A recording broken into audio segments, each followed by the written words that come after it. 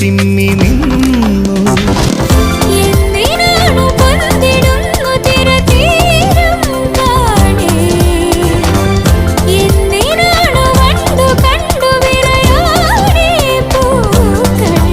പറയൂ മനമേ, ചൊരിയൂ മധുരം പ്രിയതേ, എന്റെ ഹൃദയതാളം മുറുകിയോ, എന്റെ കണ്ണിലിളമീൻ തുള്ളി